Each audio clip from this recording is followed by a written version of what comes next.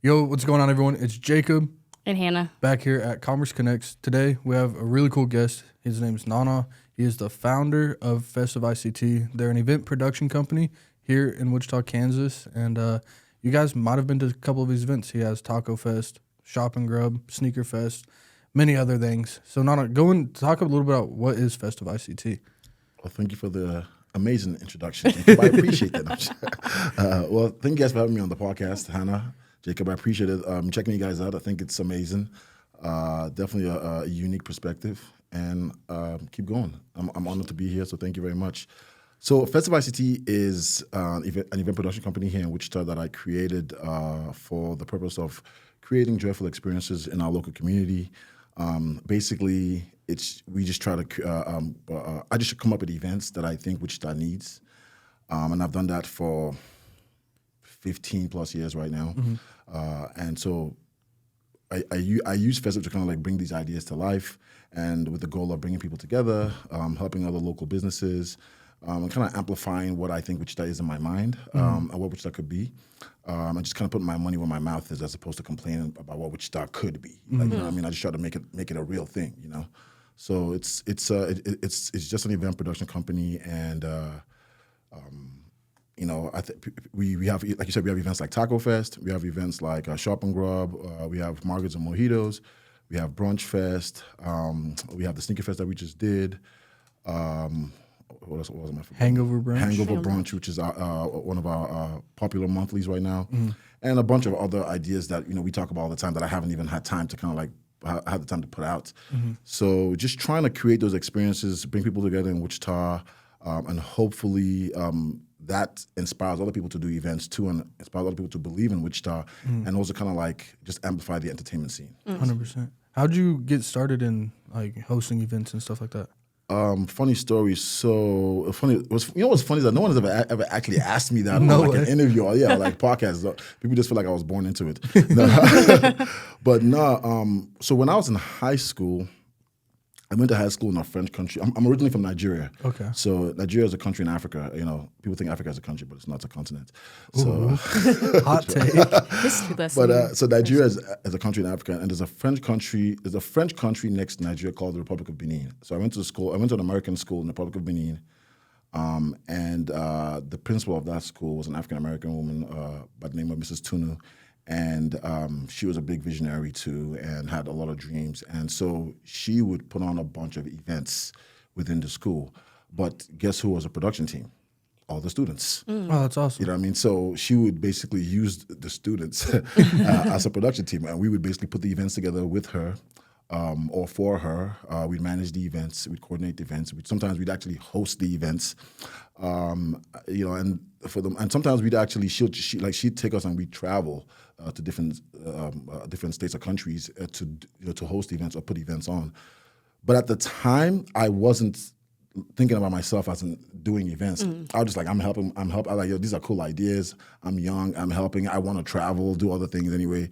So that's when I would say was my first taste of doing events when I was in high school. And so some of those events I hosted. I put together a basketball tournament my senior year, with me and some basketball players on the basketball team. And we put together a bunch of other really cool events with our principal at the time. So then fast forward, came over to the States for college, and I didn't cross my mind to do events at all for like maybe 7 years. So and then I started out. It was actually a friend of mine that was like, "Hey, let's start doing these parties," and I was like, "No, I don't do parties. Like, that's beneath me." I probably didn't say that. But I was just like, nah, I'm not really into that. I just graduated college, my degree in marketing. I kind of knew what I wanted to do at the time. I wanted to go into sports marketing because I had worked with the Cleveland Cavaliers for like 2 years. I'd also interned with the athletic marketing department of Kent State University in Ohio, which is where I actually graduated from. I studied at Wichita State, and then I transferred to Kent State because they had a better marketing program at the time. And then I graduated from that school, and I moved back to Wichita. And so I originally thought I was going to go into sports marketing. I had like a job opportunity with Sacramento Kings that kind of fell through. So I just kind of like stayed in Wichita after that. and I was still kind of like, I'm going to do sports marketing. It just never happened, and I kind of just fell into doing parties with this friend of mine, and I've never given up since then. That's awesome. That's basically how I started, because he talked me into it. But I already kind of had the experience from high school, past, yeah. and you know what I mean. So he kind of talked me into it, and I just never. I started doing the parties with him, and it just went from doing parties to doing events, and then from events to festivals, and I just never gave up. I wanted to give up many times. Let me not say I never gave up. I gave up many times, but I never stopped. You know what I'm saying? Like, if that makes any sense. Yeah, 100%. Like, I gave up many times. I was like, man, Wichita is not ready. This is not the right market for me, blah, blah, blah, blah, blah, all those things. I just never stopped doing it. Yeah. I would, even if I wasn't doing an event, I'd be helping somebody else doing an event. I'd be giving somebody else game about an event. So I was still always in the mix, kind of, you know what I mean? And then I got the idea for Taco Fest. And I just never, because at that time I had done so many events that I was just like, okay, what's the next thing? And I was like, Wichita's a food city. We need something cool, something new, something young, something fresh, something that everybody likes. And I kind of came up with the idea for Taco Fest, and just never looked back since then. Hell yeah. Do you want to go in on like what Taco Fest is a little bit more? Because that's kind of like, seems like the baby of Festive. That is the baby of Festive, and that is the first event on that Festive actually put out. So Taco Fest is a dynamic food festival here in Wichita. To me, it is the premier food festival in the States. That is my opinion. Obviously, I'm biased, but I mean, it's an amazing event for people who love tacos. Now, everybody loves tacos, but Taco Fest may or may not be for everybody. You know what I'm saying? Because if you don't like crowds, if you don't like, you know what I mean, like maybe being on, like, you have to kind of like want to be in the mix of that type of thing. So, but we still get thousands of people who love it, and that's a great thing. But so it's a dynamic one-day event that brings together people who love tacos, tequila, people who love Mexican culture, Mexican American culture, the music. And it's really a day for families also to come together. And this is how I can explain Taco Fest. This is the one. It's, in my opinion, it's one day where everyone that has different issues puts all those issues aside and comes together for the one thing that we all love together, which is tacos. 100%. So it's like I may have issues with you because of your T-shirts. Today it's like that's on pause. Yeah, tacos. You know what I'm saying? I may have an issue with you because of your headphones. Today, that's on pause. Tacos. You know what I mean? Peace, love, and tacos. Peace, love, and tacos. Thus the slogan, peace, love, and tacos. And I think, because I see that. Like, I see that. I mean, people all from all walks of life. I know people that have met their husbands or their wives at Taco Fest. Love that. They've met they met their boyfriends, their girlfriends. They've bumped into old friends they haven't seen since high school. It's just really that big community event that brings people together. And when I originally came up with the idea, I knew it would work. I just didn't think it would attract like thousands of people that fast. You know what I mean? So we've and really it's so big that we struggle to find a place to put it. Yeah. Like, you know what I mean? So we're thankful to the Most High for just providing the opportunity for us, for giving me the idea, the discipline, the vision, and the team to execute it year after year after year, and most of all, obviously, the support from the community to keep doing it. So, I mean, it's the ultimate taco lovers experience. If you love tequila, if you love elote, if you love pineapple smoothies, and then obviously, right now, what our crown jewel is of the event is the wrestling. Like the wrestling is like, you know what I mean, like the cherry on top. You know what I mean? So I think that's with the mix of that, with a mix of the food, the atmosphere, obviously the vendors, it's everything we have going on.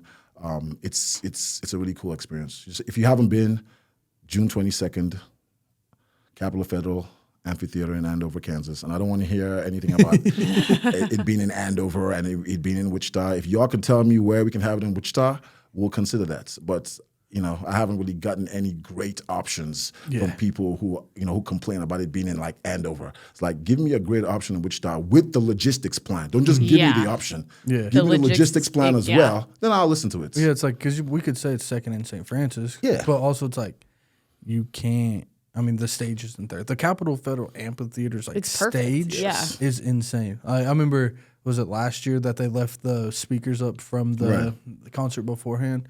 Dude, the music. That was actually 2 years ago. Was it? Yeah, 2 years ago. Man, it was insane. Yeah, we actually got complaints about that. It was too loud. Hey, Andover probably hasn't seen anything that loud. I mean, it was actually for a concert the night before, but they just like this. I mean, everything happened so fast they couldn't take it down. Yeah. So we ended up having to keep that sound system, which was like crazy expensive. We didn't even need it, but I was like, hey, I'll take it. You know what I'm saying? I'll use it. Yeah, we use it. But I mean, it's one of my favorite events. It's also the most difficult festive event to put on. 100%. It's a very, very difficult event to put on. It's not easy by any means. And people don't understand, like, we've had to move it every year. This is the first time in the last, we've been lucky to have it at the same place for 3 years. People don't understand the level of like calmness that brings, the level of like, the stress level. Your stress level goes down. Imagine having to move that event every year and we were at the beginning. It wasn't like we had been doing it for 10 years, knocked out all the mistakes, knocked out everything. We're perfect. We know what we're doing. Blah blah blah. No, we had to move the first 3 years we were doing it because they were just, the first year we did our Union Station too small. We moved it to Lawrence Dumont, which I think, my opinion, was the perfect place to do it, the baseball field. They tore that down, moved it to Cowtown. Logistically, just didn't work. It's like, people are always like, oh, it needs to be on the north side. I'm like, yeah, for sure. Where? Yeah. Where? Where? You know what I'm saying? Yeah, where? I hear you, but where? Like No March Square, but like sure, it's not even like logistics there. I don't think, it would be tough. You can't fit 5,000 to 10,000 people in there. Yeah. You know what I'm saying? Like, it's just, and then with all the food trucks, with, you're talking about 30 to 50 food trucks, food vendors, with the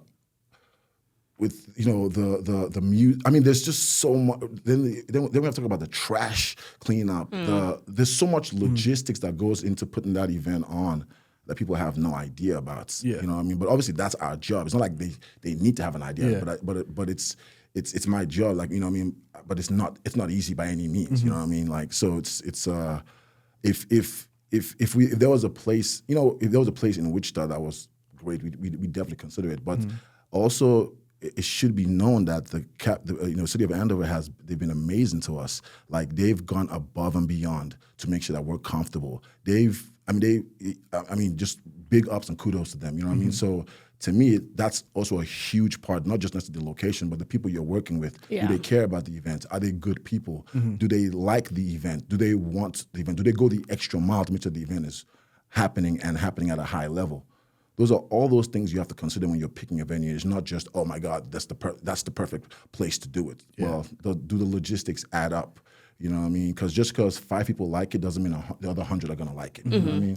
Well, and it makes it perfect, too, because, like, you're talking about the food trucks. I mean, how you have them lining the perimeter, and that's the other thing, too. Like, you guys, if it wasn't No Mart, you couldn't really control perimeter like you guys do there. Right. Like, with how you guys have it, I mean, it's, like, I couldn't say flawless, because obviously there's issues. Right. I mean, you deal with those. Right, absolutely. But, I mean, just seeing it the past handful of years being there, like, it's been great for let me just put it, it's been great for the festival. 100%. We just got to learn to, like, move around. Yeah. Like, you know what I'm saying? There's something going on in Andover that you want to go to. It is literally 20 minutes, bro. Yeah, it's not that far. If you lived in Dallas, you're going to drive an hour to go to dinner. You're driving 20 minutes to the grocery store in Dallas. Yeah. So you could drive 20 minutes to Andover. Yeah. And those are great things about it. People don't understand, like, we're spoiled in Wichita. Get on the highway anywhere, 15, 20 minutes. Yep. You know what I mean? Like, with traffic, okay, 25, 30. Yeah. That is impossible. Yeah. When people even, like, mention, Dallas, but think about LA. Right. Most of the stuff happens in Anaheim. And Anaheim's an hour and a half, 2 hours from downtown LA. So it's like, bro, the 20 minutes. We went to me and Jen took the kids to LA, my wife, and every day we were in LA, we could only do 2 things because of traffic. Oh yeah. So we would have like a full plan of like 5 different things. We're gonna take the kids here. Nah. No, you gotta. You spend 2 hours in traffic to get to the place. Literally, and then you're there less than 2 hours. That's for 2 hours, and then you spend 2 hours to get to the next place. Then you're there less than 2 hours. Then you spend 2 hours trying to get home. Yeah, that's what when we were living out there. It was like, if we want to do a beach day, we know we had to leave at like 6 a.m. to drive the hour and a half to the beach, and then it's like either you tough it out and you hang out at the beach for 10 hours, right, or like so you can catch the nighttime traffic to where it's not terrible, Right.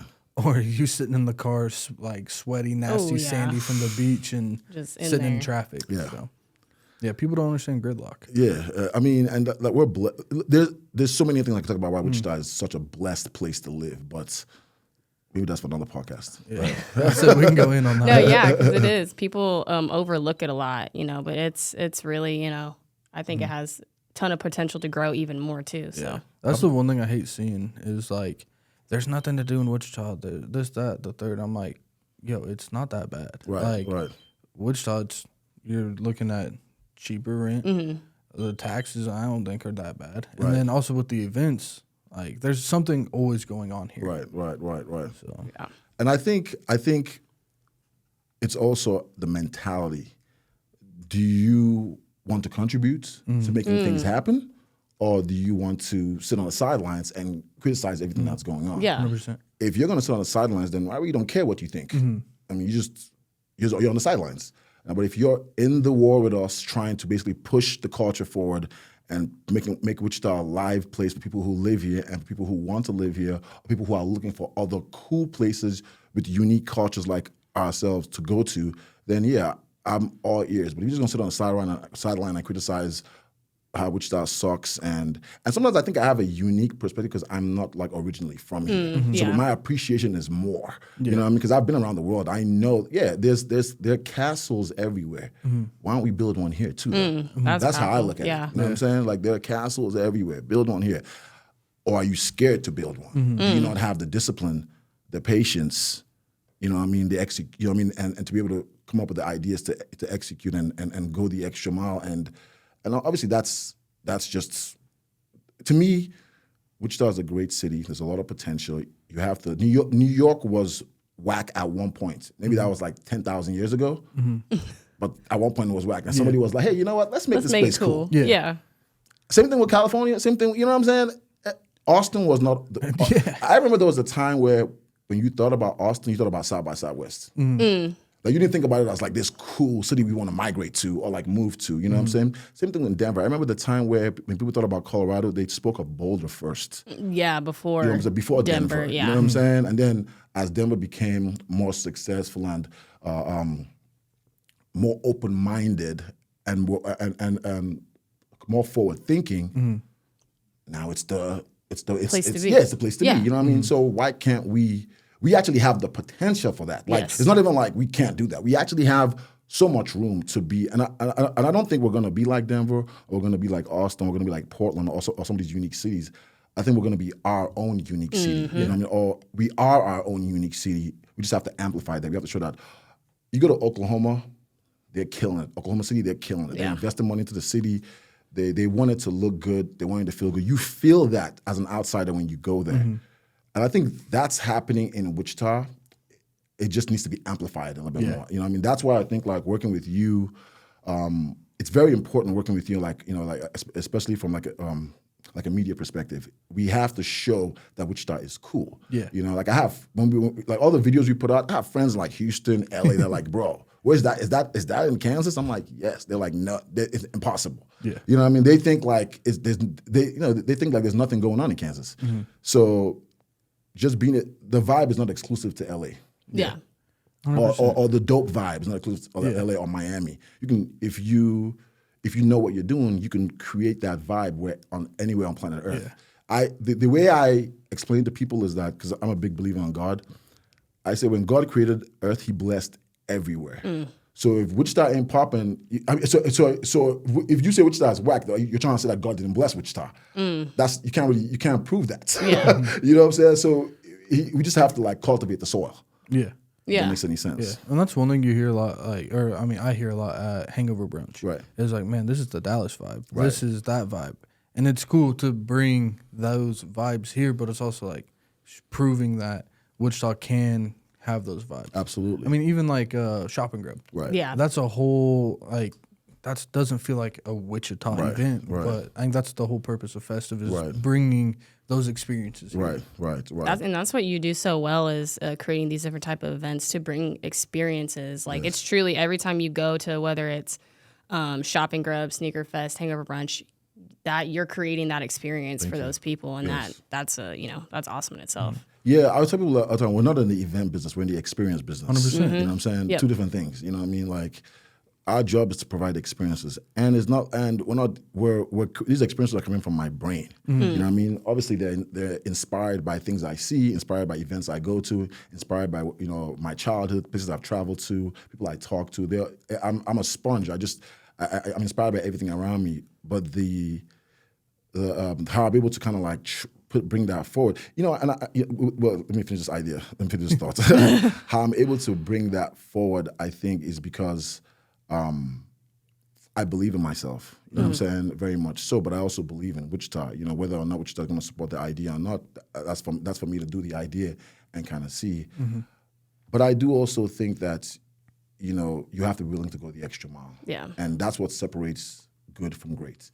Everybody, it's easy to be good, but to be great, you got to be willing to go the extra mile. And when you go the extra mile, not even extra 2 or 3 miles, just extra mile, you realize that there's no competition. Yeah. There's so much space. You know what I mean? Like, there's so much room, and you have to be willing to fail forward fast.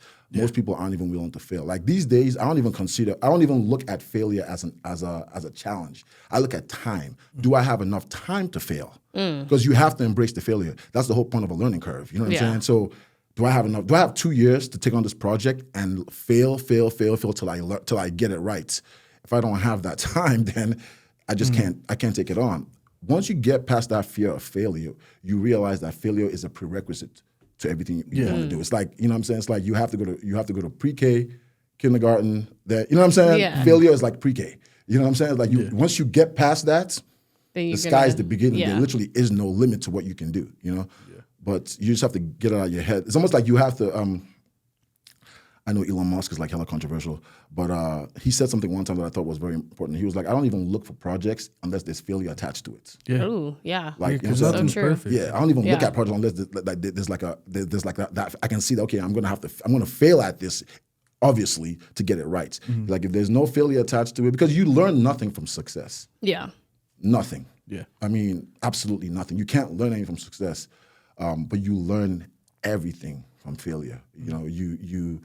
You learn. You got to get it wrong to be able to get it right. Yeah. And then sometimes, if you're lucky, other people fail, and you can learn from them too as well. Yeah. With Wichita, like, one thing, I mean, you and I have even had the conversation of, like, the one thing that is like a hard fall with Wichita is they want to see they'll sit back that first event. Like, your first event's always going to be the one where it's like it's hit or miss. Right. Like, and then once they see, cool, with that, like, I guess failure aspect of it is like, how do you overcome that? And like, how is your second one? That's when they support by the third one. Right. I mean, that's just, it's, do you want to say that's human nature? Or do you want to say that is like the Wichita culture? You know what I'm saying? Like, and I think that's actually an amazing way to that you broke it down. But yeah, I think in Wichita, yes, there's definitely that.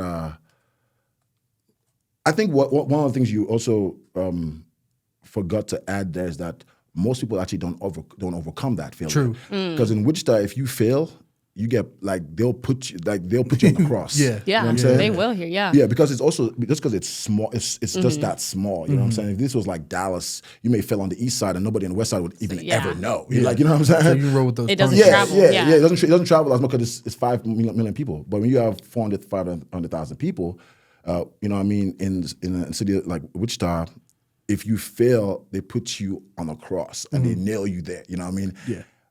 Most people, me personally, I just take the nails up, hop down, and keep moving. You know what I'm saying? Yep.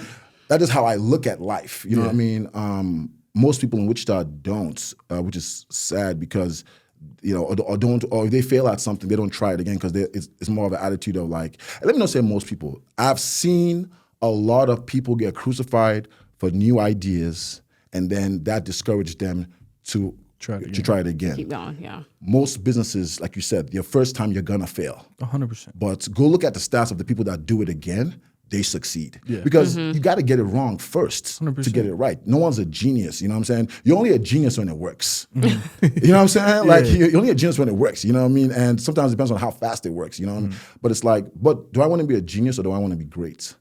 You know what I mean? If I can't be both, then I want to be great. I don't really care about being a genius you know what I mean? I want to be great, meaning that I want to be able to do this for 100 years. You know what I mean? And then in that time period, I would have, whether or not I want to, because of my consistency, I will inspire people. Even if I don't want to inspire people, just the consistency alone will inspire people. Mm-hmm. People are going to be like, wow, if he can do, he doesn't have two heads. So if he can do it, I got to figure out a way. Yeah. And even if I inspire one person, hopefully that person will inspire another person, another person. That's trickle. Yeah.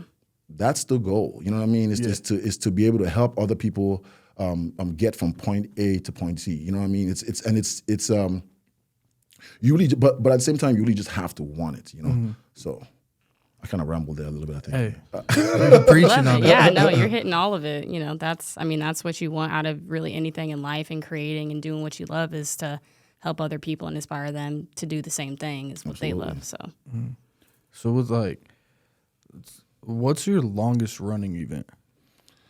Let's see what's the one that I guess most consecutive? Taco Fest is the Wolverine / Juggernaut / Magneto / Prophet. You know what I'm saying? Like Taco Fest is, man, it's difficult to put on. We start planning like 6 to 8 months out. I was getting ready to ask, how long does it take that process to plan it? Yeah, I mean, literally, we start planning it once it's over.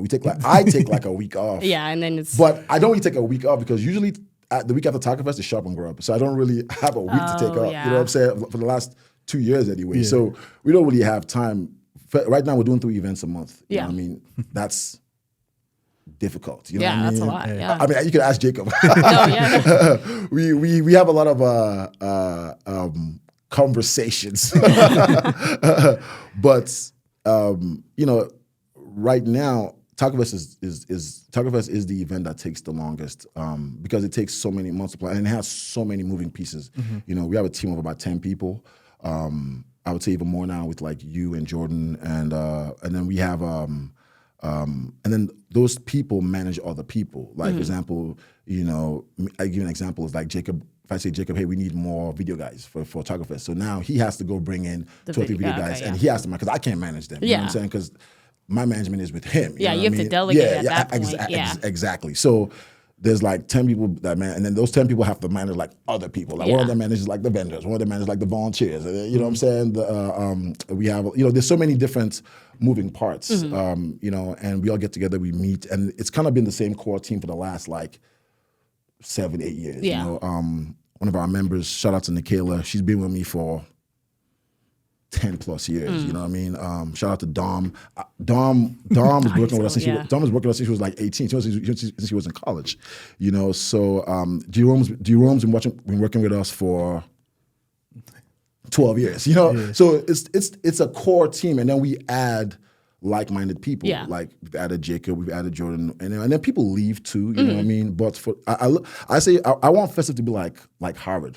It's like, it's a great school. You come to it, you gain some experience. You can stay and become a professor if you want, or you can leave and go. Yeah. But when you leave, you're going to leave with way more than you came in with. You know what I mean? And then that's evidence to other people who want to come through Festive. And then they kind of already know, all right, if I go there, I'm going to get something out of it. But I also got to be serious. Yeah. You know what I'm saying? I also got to be serious because otherwise it's going to be uncomfortable for me, you know? So, but yeah. Yeah, I love that. So I'm curious, what is your favorite event that you put on? Like, what's your favorite out of all of them, if you have one? The Sneaker Fest. The Sneaker Fest? Yeah.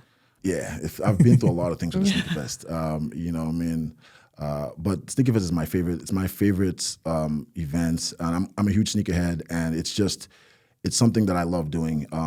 You know, we did it for years, and we didn't make a dime. You know what I'm saying? Like, we actually lost money. Yeah. People don't know that, you know what I'm saying? Like, we did it for years. Like, and sometimes, I'm not saying that all the time, but I'm just saying there were times where we did it where we lost money, but the love kept us going. And knowing that the sneaker community needed a show, we were willing to make that sacrifice.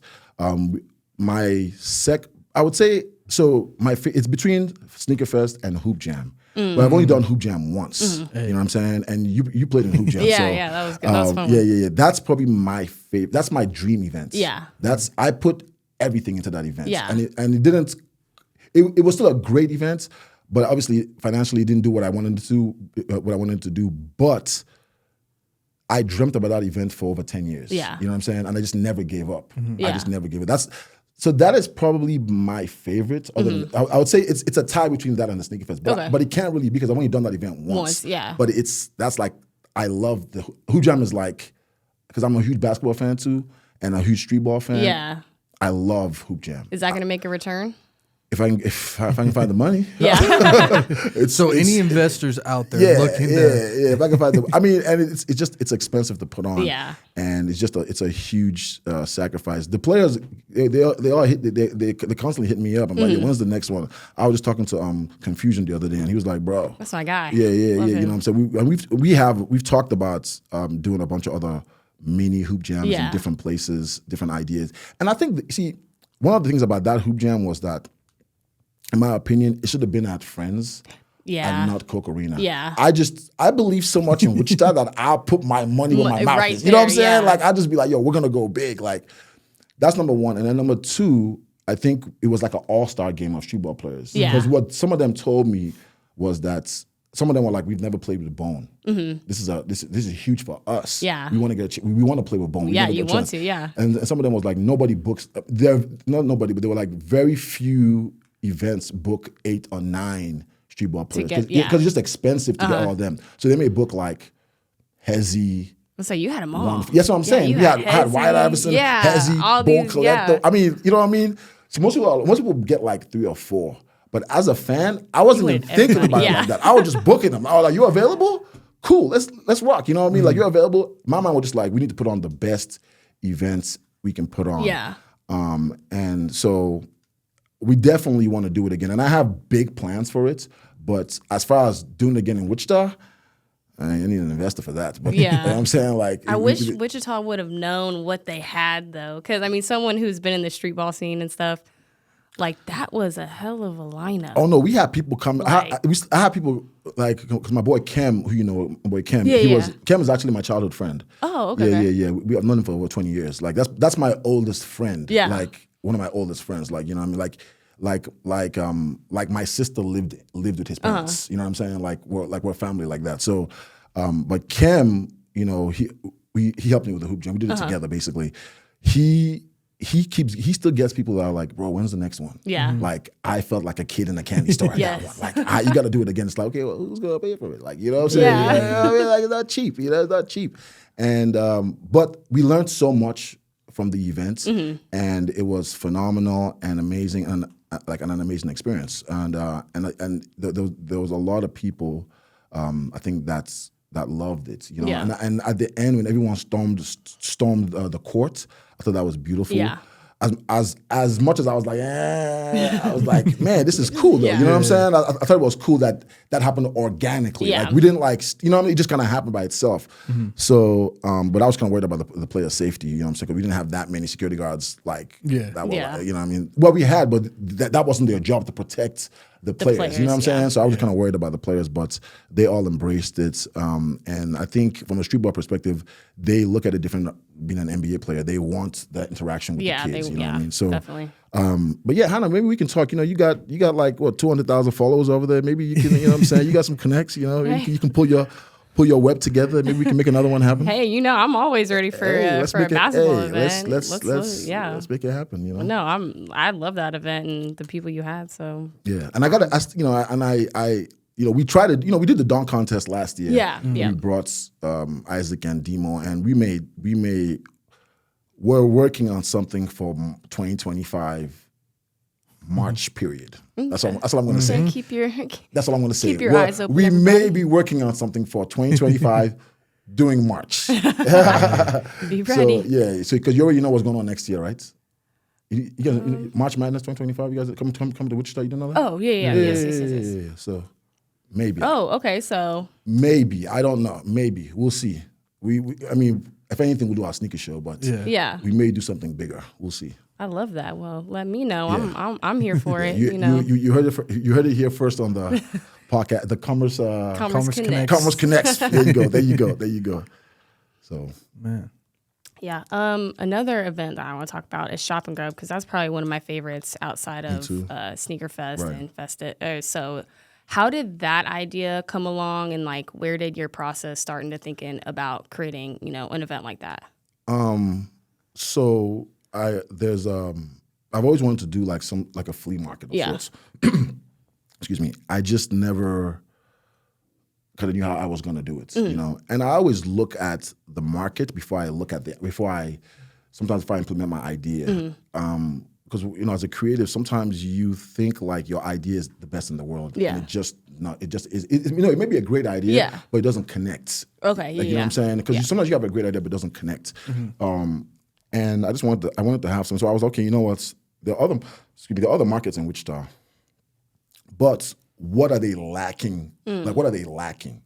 And two things I found that I was lacking was vintage clothing and food. Just like a lot of food. Not saying that other markets didn't have food, but it wasn't like a big deal wasn't made about it. Like, you know what I'm saying? Like, this market has I feel like it was always about the shopping. That's what I heard. That's what was promoted anyway. The vendors, the shopping, and then it's like the food is an afterthought. Okay, of course we got some food trucks for you too as well. You know what I'm saying? It's like, come check out the amazing market. We got food trucks here too. And I was like, well, what if we made the food a part of the market to where it was actually the reason why you came too. The selling point. Yeah, like a selling point. It wasn't just like you came for the shopping vendors. You came for the food vendors as well. So that means that now you can just have a couple of food trucks. You have to have like 6, 7, 8. You know what I'm saying? And then not just food trucks. You have to have like people like Tacos Peanut. Yeah, exactly like her. You know what I mean? So people like that. And I think that's.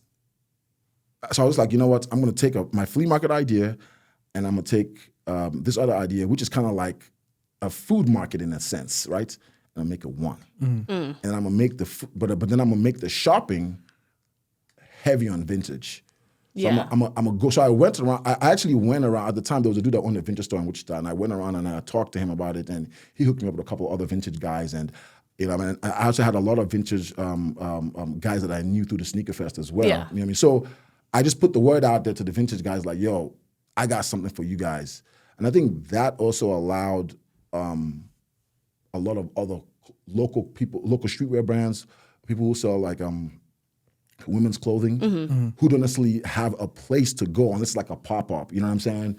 And Shop and Grub kind of became a staple. Because Shop and Grub, I hear from people are like, well, I've heard from some, I think a lot of people come to Shop and Grub, they expect clothing there. Yeah. You know what I'm saying? It's like, let's not call it a clothing market because there's a bunch of other things, but the clothing is one of the big the main things. But that's also, like I said, kind of intentional. You know what I'm saying? Because when we started Shop and Grub, it wasn't a lot of places that you could go and shop for a lot of clothing unless you want to go to the mall or wherever it is. You know what I mean? So as far as like vintage clothing, and then just kind of expanded to like, vintage clothing, women's clothing, and just kind of like a lot of clothing. But we still have a lot of home good vendors, a lot of jewelry vendors.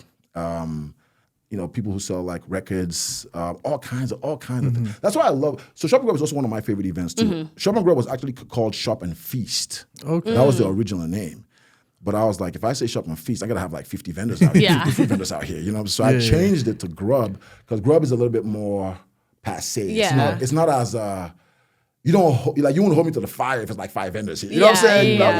Grub, you can grub a little bit, you can shop a little bit. Feast is like, exactly. I'm eating everything. Feast is like, he's like shopping. Like, bro, where's the food courts? You know what I'm saying? saying? Feast is a little bit more aggressive. Yes. Like Shop and Grub. I mean, like the flyer we just posted today. Yes. Like it's like very vintage-esque. Like, right. Dude, the vibe. I think that flyer has to be my favorite one. Right. Yeah. And shout out to Jake Williams, who does most of my flyers. I have a few guys that I work with, but he does like the big ones like Taco Fest, Brunch Fest, Shop and Grub. I've been working with Jake for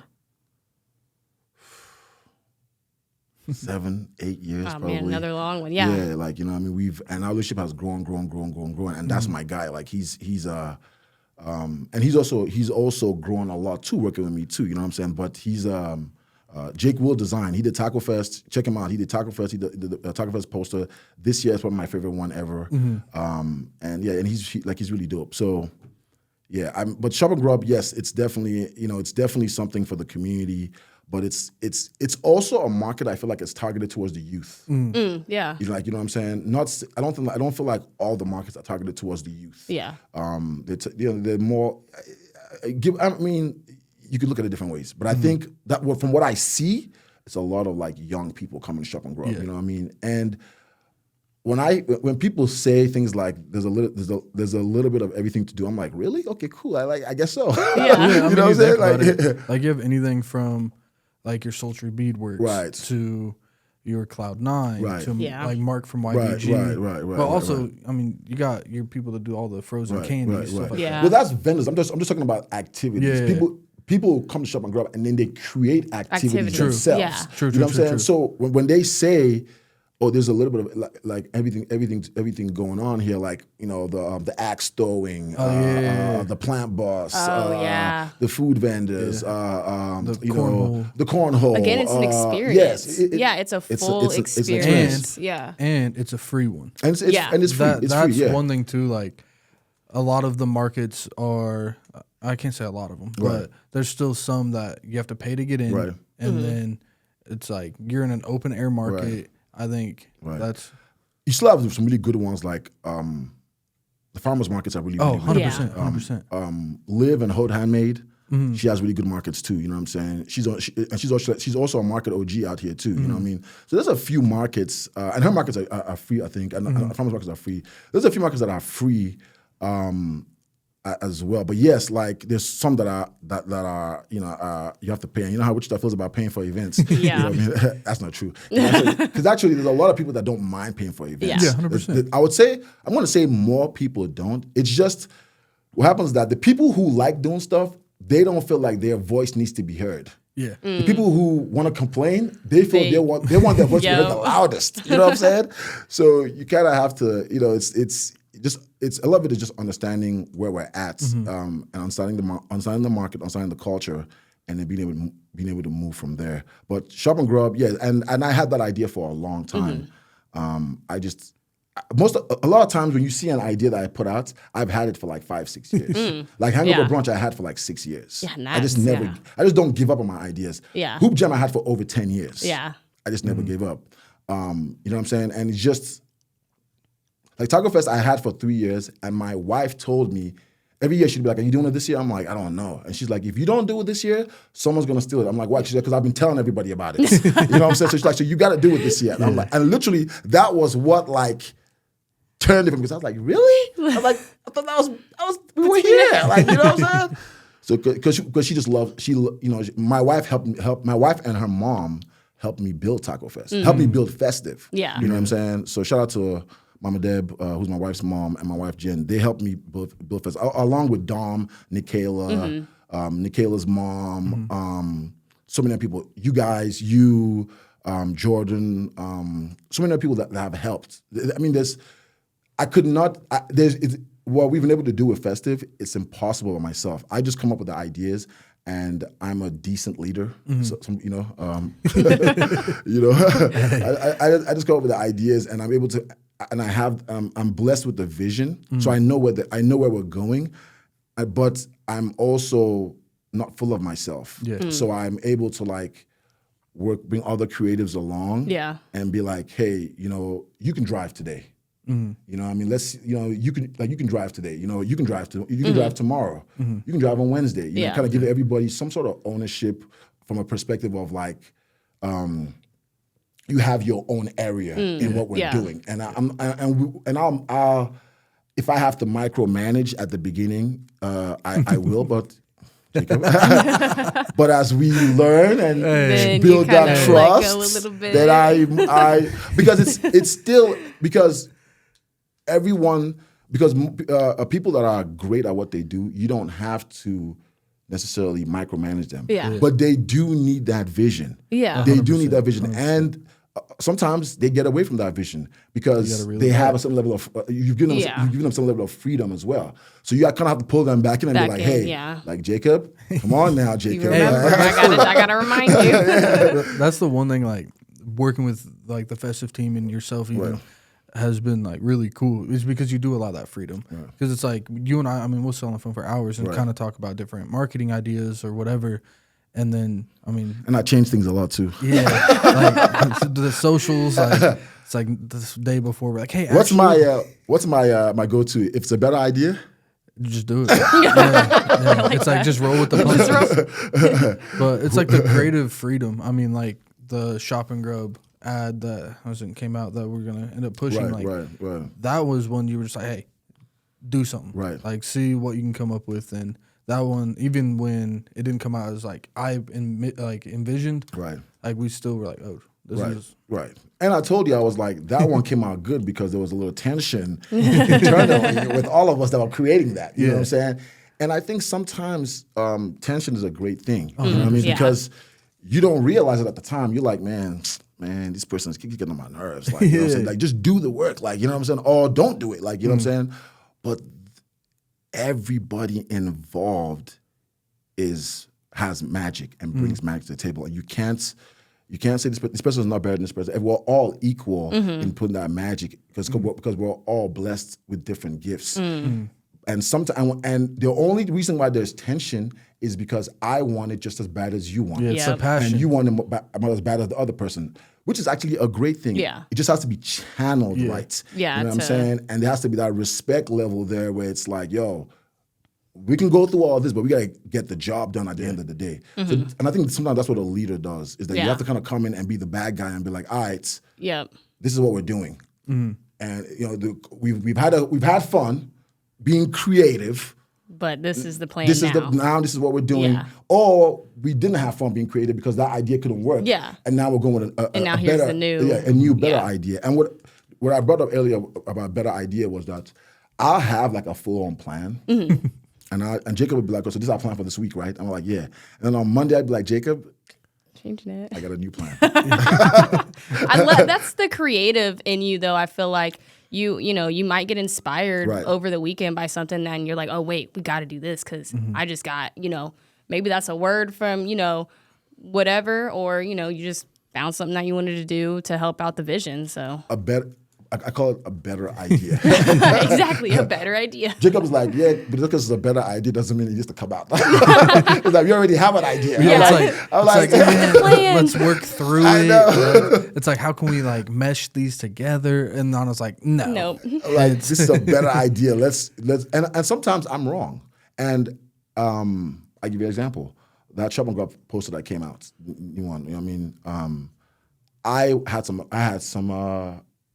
I have like a group of people that I really respect their opinion. Jacob's one of them. So I always send like depending on what it is, you know what I'm saying? I'll send like for feedback. Like, hey, what do you guys think about this? Yeah. Everybody was like, yo, the flyer is amazing. You're tripping. I'm like, yeah, no, I was confused because you sent it to me. You're like, what do you think about this? I was like, bro, everybody. fire. And you're like, I'm talking, really? everybody was like, it's never been like that. Yeah. To where Everyone was like, this is fire. And I'm like, and it wasn't like it wasn't fire to me. It just, there were some things that I thought that when Jake first presented the idea to me, the idea evolved from what he presented to me. And that happens, you know what I'm saying, all the time. So I was stuck with the original idea. Yeah. And so, but everybody was like, yo. So I was like, Jake, I'm sorry. I was wrong. This is the flyer. This is it. That's what we're going with, you know what I mean? Not because I didn't think my opinion mattered, was because in this particular situation, when you're putting something out, it's not for you. You know what I mean? Like, Shop and Grub may come from my mind, but it's not for me. It's for other people. So I can't. Yeah. It has to be. It's going to have a little bit of who I am in it, but for the most part, it has to be something that is digestible to everybody else. You know what I mean? So if everybody likes the flyer, I don't like the flyer, then the flyer's coming out. Yeah. You know what I'm saying? Because it works. You know what I mean? It's not. I'm not trying to put up a wall full of flyers in my room. You know what I'm saying? Just for myself. Just you know what I'm for saying? you to see. You know what I mean? So it's for the community, the people. Yeah. And I see this happen all the time with like people who want to create like new streetwear brands. It's like, bro, like that is not. You're trying to create a clothing line for yourself. Yeah. And you're gonna have all those shirts hanging up in your closet because you like them.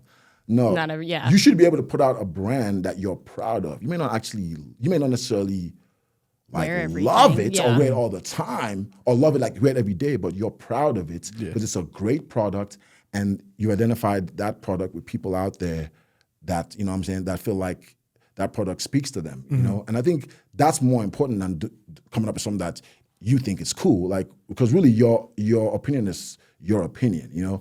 In business, you are creating a service or product for other people, you know what I mean? and all you're trying to solve a problem that you're trying to come up with a solution to a problem that's already out there. Mm-hmm.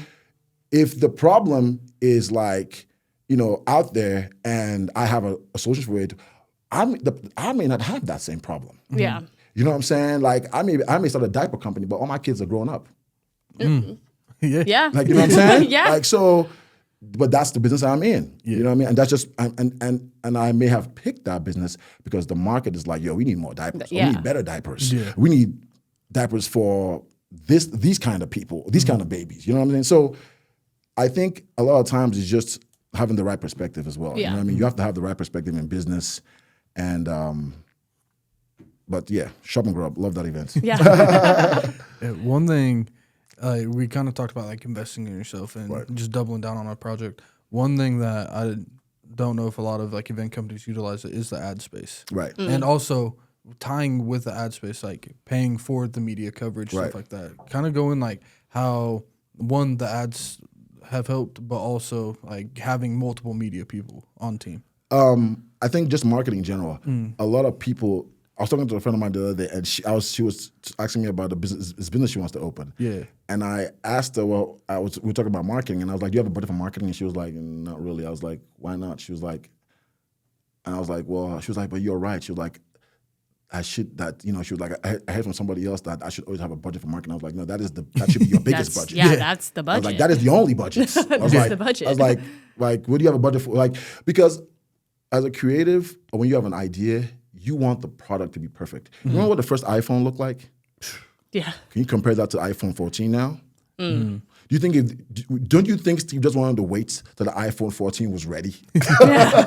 Or maybe he actually had it, yeah. the iPhone 20 and was like, we're just gonna put it out. Keep. We're gonna give you one feature a year. Well, yeah, because the first one didn't even have a camera. No, yeah. But I do this too, because you think you're a perfectionist is what it is. It's impossible to be perfect, but you think you're a perfectionist and you want the work to be so great. You want the product to be so great. A lot of times it's just putting it out there and then get that feedback. You know what I'm saying? Get that feedback and as long as it's constructive. Yeah. Get that feedback and kind of see what people like, what they don't like, make the adjustment. To me, success is about to get moving the needle. Is about making adjustments. We talk about about it all the time.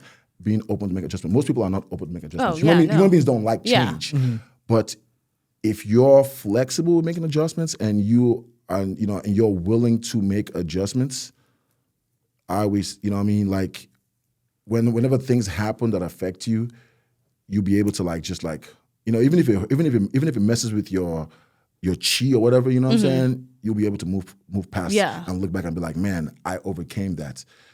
You have to be willing to make adjustments. So kind of like when you're talking about marketing, I personally think that just in Wichita in general, marketing is is overshadowed. Like people don't care about it. Yeah. Marketing is also overshadowed because it's an intangible thing. You can't touch marketing. Yeah. Sometimes you can't even so if they tell you your billboard is how many people are gonna see it. How do you really know that? You know what I'm saying? Like, how do you know how many people are driving at 2 a.m. in the morning or 7 a.m.? You know what I'm saying? So I think with that, people are skeptical about marketing. But man, the more skeptical you are about marketing, the person that is not skeptical, he's winning. Yeah, 100%. they're doing it. Yes, he's winning. And you look at it and you're like, man, everyone's supporting him. No, they're not supporting him. They're buying his product because he's spending money on marketing. And maybe they're actually buying it faster because he has spent the time and done the research to know exactly who he's talking to. Like there's 3 guys walking. I only need the guy in the middle. Yeah. I don't even need the 2 of y'all. I'm talking to him.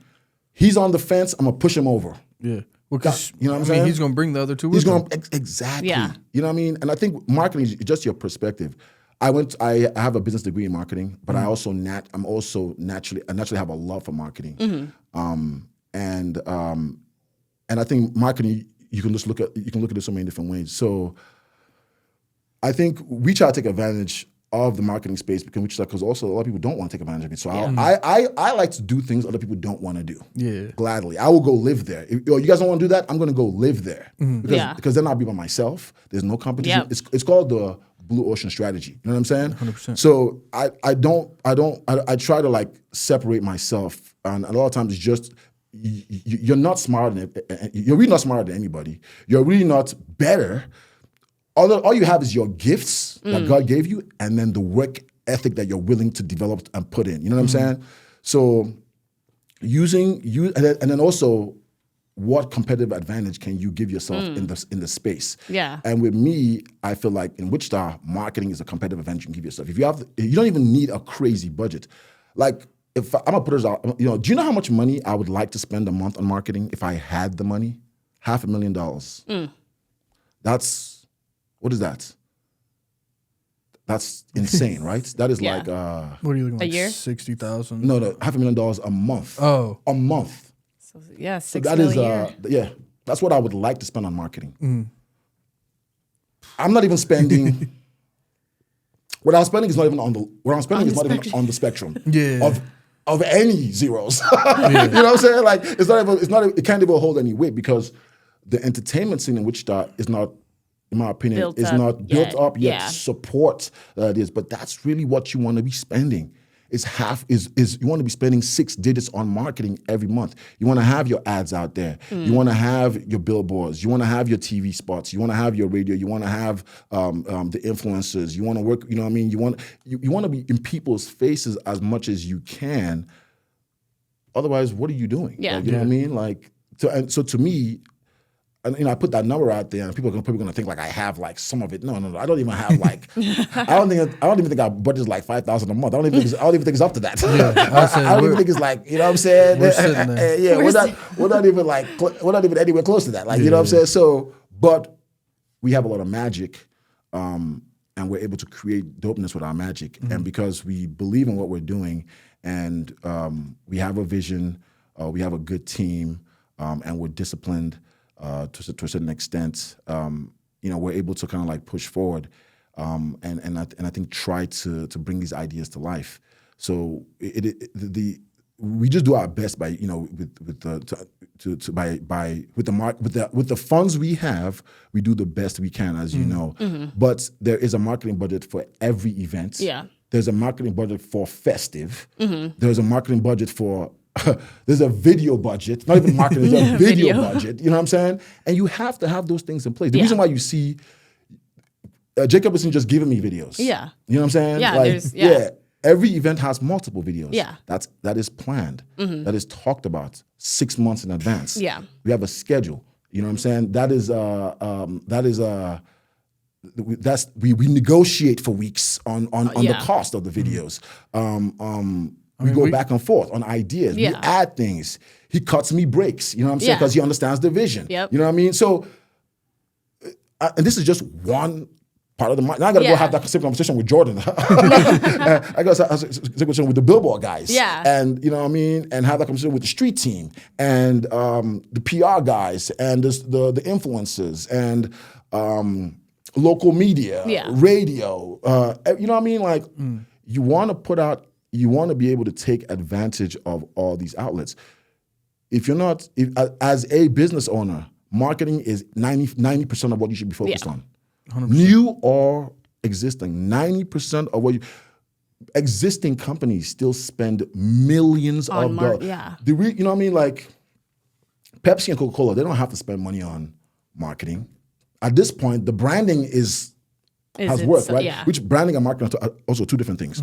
But the branding that they've done for years, because branding also takes a long time, right? Because you have to put that logo and that message in front of people over and over and over and over again. That costs money to do it consistently on a high level.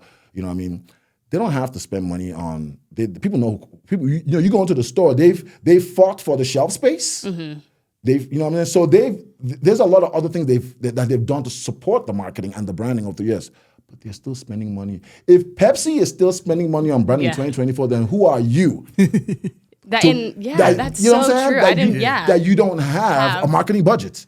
This is the company that makes billions, and they have a marketing budget. And they don't have to. Exactly. But they do. So you have no excuse. You have to find the money or find the people that are willing to work with you. until you have the money, and you have to put the money behind. You have to spend money on marketing. Marketing is everything, and marketing is not posting on Facebook. I'm sorry, no. You know what I'm saying?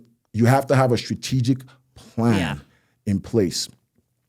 And then you have to be able to communicate that plan to other people with other platforms who can help you amplify that plan, you know what I mean, and bring that message to the masses.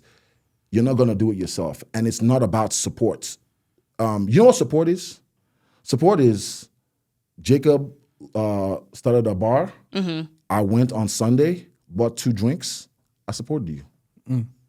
If I never show up to your bar ever again, I supported you. You can never say I didn't support you. So do you want support or do you want fans? Do you want support or do you want people that love your business? Do you want support or do you want me to go to your bar when I think of a bar? Whether or not you're there. Because that's important. Right? Yeah. So you got to put in the work to be able to build that following. We have this idea, like people say things all the time, like, "Oh, you want to support celebrity, you guys want to support Jay-Z and Beyonce, but you don't support your homies." No, Jay-Z and Beyonce spend billions of dollars for people to support them. Yeah, they don't just put out an album and say, "Oh my God." No, when Beyonce puts out an album, there's a marketing budget in that to remind people who she is, to amplify the message. You know what I'm saying? So if you want consistent support, you need to build up, a following that's likes your product, serves whatever you're offering, whether or not it has something to do with you, and if it does have something to do with you, then whatever that is, you have to also amplify that. You know what I mean? So that was a long-winded answer. You killed it. And I didn't even really go in on how I really want to go in, but go ahead. Yeah. But yeah. Well, no, we do have to start wrapping this. Okay. I'm sad about it. We're definitely gonna have to get a part 2 because I just want to hit on, like, even in this localized and in the Wichita community, people don't take marketing as serious as they should. Yes. And this is us telling you, do it. You won't regret it. Yes. Like, market who you are, what you have, and the people will come if they know what they have. Yeah, and just think also position yourself and look at yourself as figure out who your audience is. Who are you talking to? You gotta be very specific. And the more specific you are, the cheaper it may be at first from a marketing perspective. You know what I mean? What you're really looking for is foot soldiers. People that love your brand, that identify with your brand, identify with what you're doing. They feel like it is for them. Yeah. Once you gather those people, they are the one. They will go out and tell other people, "Hey, have you heard about Jacob? Have you heard about Hannah's podcast? It's fire. You got to listen." Once you find out who that audience is, and it's easier to kind of pinpoint 1 or 2 people that are like-minded than it is to try and cast a wide net out there. You don't want to do that immediately. You want to wait till you have the money, have the resources, have the experience.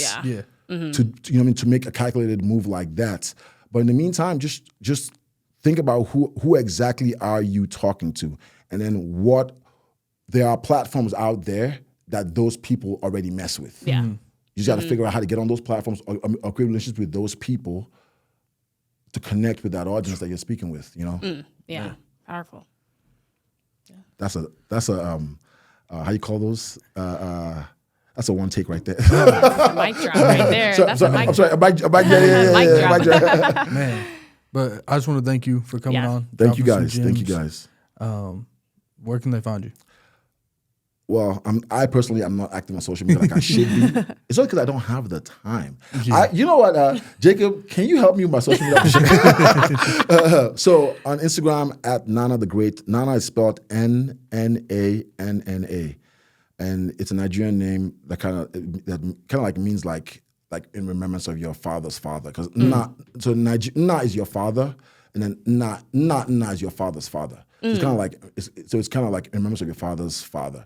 There's also like a female version which is like Nnenna. That's like your father's Nnenna, like your father's mother. You know what I mean? So it's like a Nigerian. It's my middle name, which is a lot easier than my first name.